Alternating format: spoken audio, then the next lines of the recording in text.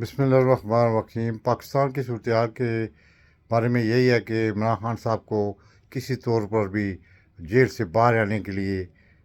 یعنی کہ حکومت اور اسٹیبلشمنٹ تیار نہیں ہے۔ آپ سب کو پتہ ہے کہ عمران خان صاحب کے خلاف باقاعدہ طور پر فرد جرم عائد کرنے کے لیے الیکشن کمیشن آف پاکستان نے باقاعدہ طور پر انتظامیہ کو کہا تھا کہ وہ آج پیش کیا جائے، تو انہوں نے آج پیش نہیں کیا اور فرد جرم کو مؤخر کر دیا گیا ہے 6 دسمبر تک۔ دوسری سب سے بڑی بات یہ ہے کہ سپریم کورٹ آف پاکستان نے، آپ کو پتہ ہے کہ نیب کے کیس کے سلسلے میں جو اپیل دائر ہوئی ہے، اس میں باقاعدہ طور پر قاضی فیض عیسیٰ نے عمران خان صاحب کو کہا تھا کہ اگر وہ آنا چاہتے ہیں تو وہ مطلب کہ ہم ان کے لیے سہولت مہیا کریں گے۔ لیکن یہ خبر آ رہی ہے، خبر ذرائع بتا رہے ہیں کہ انتظامیہ نے باقاعدہ طور پر اور اسٹیبلشمنٹ نے باقاعدہ طور پر قاضی فیض عیسیٰ کو لکھ دیا ہے کہ عمران خان صاحب کو سیکورٹی رسک ہے، اس وقت ہم باہر نہیں نکال سکتے جیل سے۔ تیسری سب سے بڑی خبر یہ ہے کہ عمران خان صاحب کے خلاف جتنے بھی مقدمات تھے، سیفر کو باقاعدہ طور پر اب کیبنٹ نے آج اجلاس میں منظور کر لیا گیا ہے، جو سمری وزارت قانون نے دی تھی کہ عمران خان صاحب کی وزارت داخلہ نے بھی دی تھی کہ عمران خان صاحب کی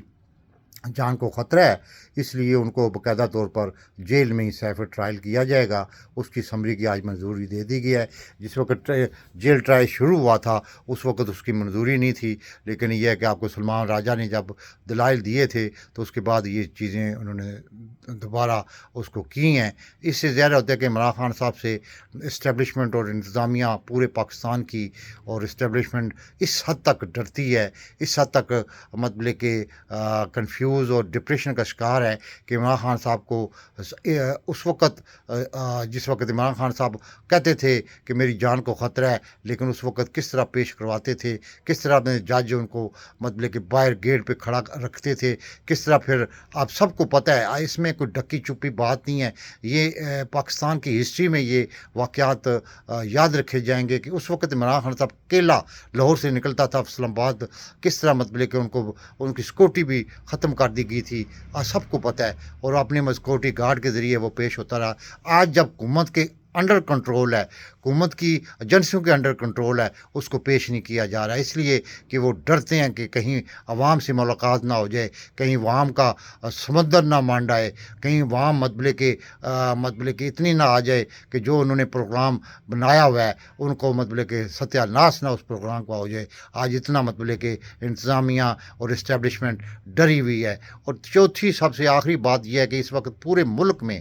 یعنی کہ کوئی قانون قاعدہ، کوئی مطلب کہ لا اینڈ آرڈر، کوئی مطلب کہ آئین ختم ہو چکا ہے، اور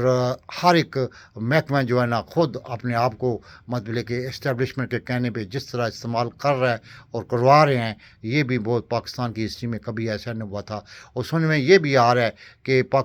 پاکستان کی ہسٹری میں یہ کبھی ایسا نہیں ہوا کہ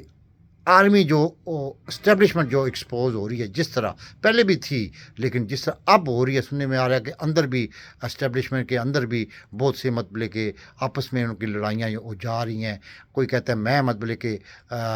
بڑا ہوں، کوئی کہتا ہے میں بڑا ہوں، کوئی کہتا ہے میں فلان ہوں، یعنی کہ اپنے اپنے مطلب کہ جس کا داؤ لگ رہا ہے نا، وہ اپنی دشمنی مٹانے کے لیے کوشش کر رہا ہے۔ آپ سب کے سامنے ہے، اس میں کوئی ڈکی چھپی بات نہیں، میں کھل کے بات نہیں کر سکتا، کیونکہ جو بھی ہے آج کل سوشل میڈیا کا دور ہے، کوئی بھی مطلب کہ بندہ جو ہے نا وہ اس کے منہ پہ ٹیپ نہیں ہے، وہ باہر نکلی آتی ہے، لیکن میں کھل کے نہیں کر سکتا۔ میں نے 9 مہینے پہلے ہی بتا دیا کہ ایک انتظامی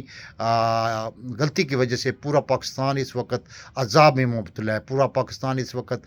غیر یقینی میں ہے، غریب مارا جا رہا ہے، غریب کی حالت بگڑی ہوئی ہے، کوئی سنبھالنے والا نہیں، صرف یہ اپنے اپنے چکر میں لگے ہوئے ہیں۔ جو مطلب کہ کہتے ہیں نا لیڈ کلاس ہے، ان کا اس پاکستان سے کوئی تعلق نہیں، وہ پاکستان میں صرف پیسہ بنانے اور